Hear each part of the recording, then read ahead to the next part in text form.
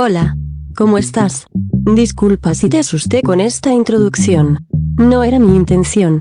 Aunque lo cierto es que de lo que vamos a hablar hoy es un tema que da bastante miedo. Creo que es adecuado que mi otra yo te lo explique, ya que ella está bastante emocionada por participar en un vídeo. Por cierto, luego hablaré del trastorno de identidad disociativo. Guiño, guiño. Bueno, ¿dónde dejé esos condenados anteojos? Ajá. Ahora me los pondré y no cambiaré mucho dado a que es más fácil decirle a ChatGPT que te haga una imagen de ti versión científica loca, que inventar una personalidad alternativa. Y no te guiño el ojo de nuevo porque se me irrita. Bien.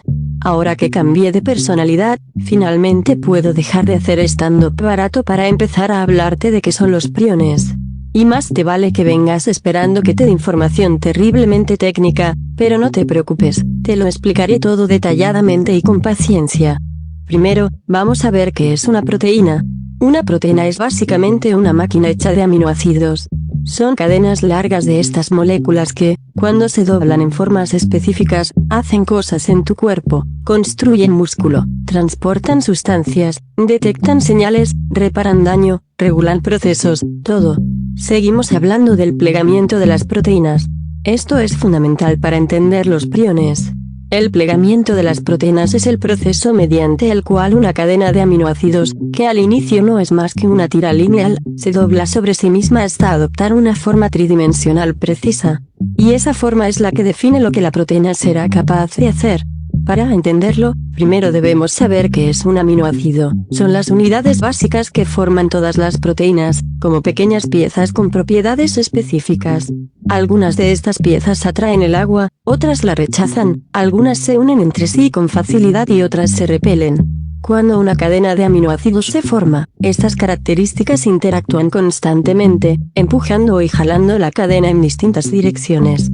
Ese juego de fuerzas hace que la proteína empiece a doblarse, guiada por la afinidad o rechazo entre sus partes, hasta encontrar la forma más estable. Y en medio de todo eso existen las llamadas chaperonas moleculares, que funcionan como una especie de asistente interno, evitan que la cadena se enrede, que forme nudos o que haga contactos inapropiados mientras se pliega. Sin estas chaperonas, muchas proteínas no lograrían adoptar su forma correcta y quedarían inutilizadas. Finalmente, cuando la proteína alcanza su estructura final, esa forma determina su función. Si es una enzima, la forma crea cavidades exactas donde encajan moléculas. Si es una proteína estructural, la forma permite resistencia y soporte, y si se pliega mal, puede convertirse en una proteína defectuosa que no solo deja de funcionar, sino que incluso puede causar daño. Para imaginarlo fácilmente, piensa en una cuerda llena de cuentas distintas, algunas con imanes, otras lisas, otras rugosas. Si las soltas sobre una mesa, esas cuentas van acomodándose según sus propiedades, doblando la cuerda hasta que encuentra la posición donde todas encajan. Eso es el plegamiento, una cuerda molecular que adopta la única forma en la que puede cumplir su propósito. Y ahora seguro estás pensando, ¿para qué diablos me hiciste recordar mis traumas de secundaria con la profe de biología? Tranquilo, no es solo por diversión, aunque un poquito sí. Todo esto del plegamiento, las chaperonas y el caos que se arma cuando la proteína queda como un espagueti triste, tiene todo que ver con los priones.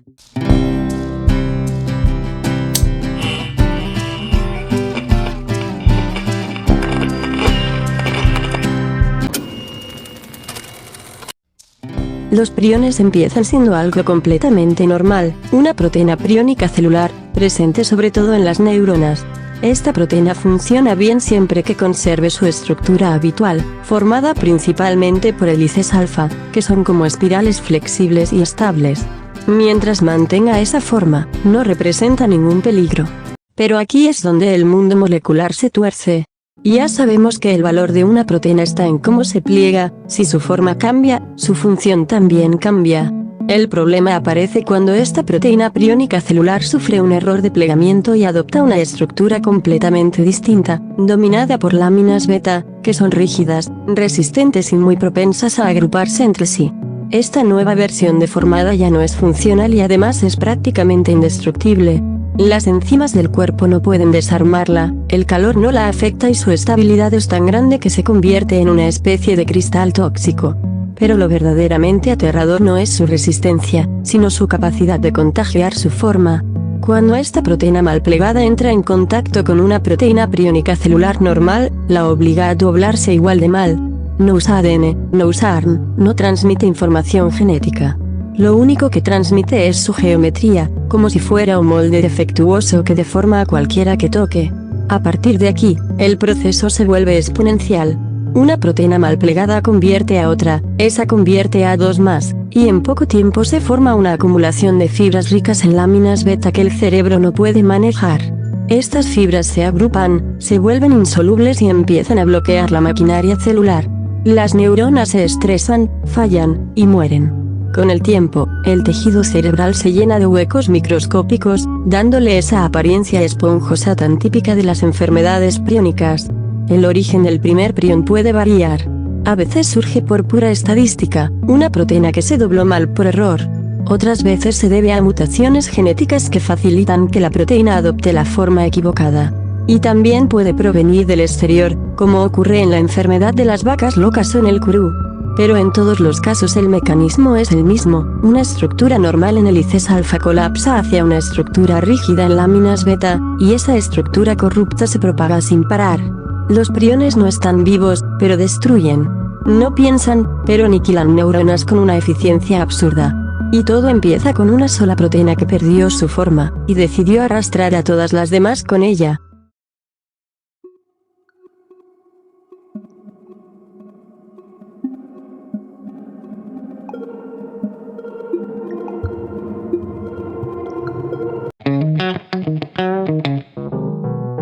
El insomnio familiar fatal es un trastorno neurodegenerativo hereditario causado por una mutación en el gen de la proteína priónica.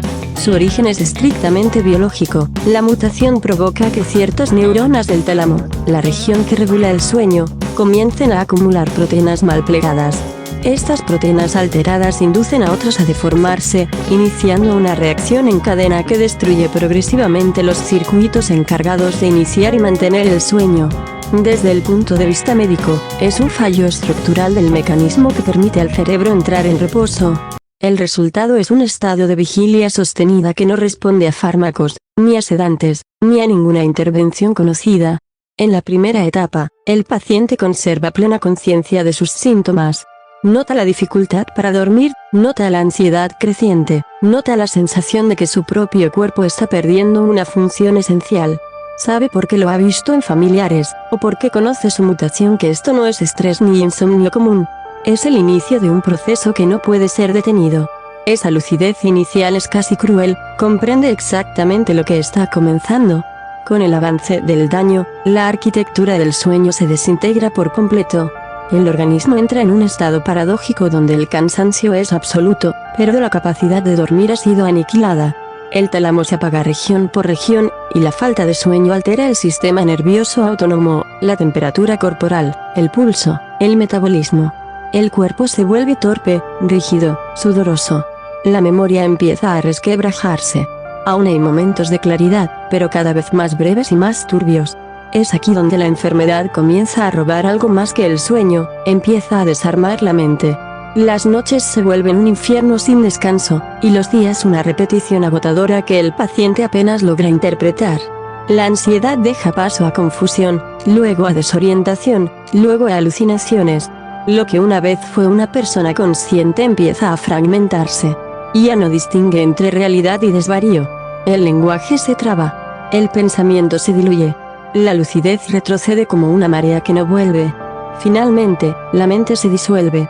El paciente queda atrapado en un estado de vigilia vacía, donde el cuerpo permanece activo pero la conciencia ya no está. Conserva la mirada abierta, pero no ve. Conserva el pulso, pero no siente. Conserva la respiración, pero ya no comprende su existencia. Es un sobreviviente involuntario dentro de un organismo que sigue funcionando por inercia. Es, literalmente, un ser vivo sin la capacidad de interpretarse a sí mismo. Y en los últimos días, cuando ya no queda pensamiento, ni percepción, ni identidad, el cuerpo termina por colapsar. La muerte llega no como liberación consciente, sino como el derrumbe final de una máquina que fue obligada a operar sin descanso hasta romperse.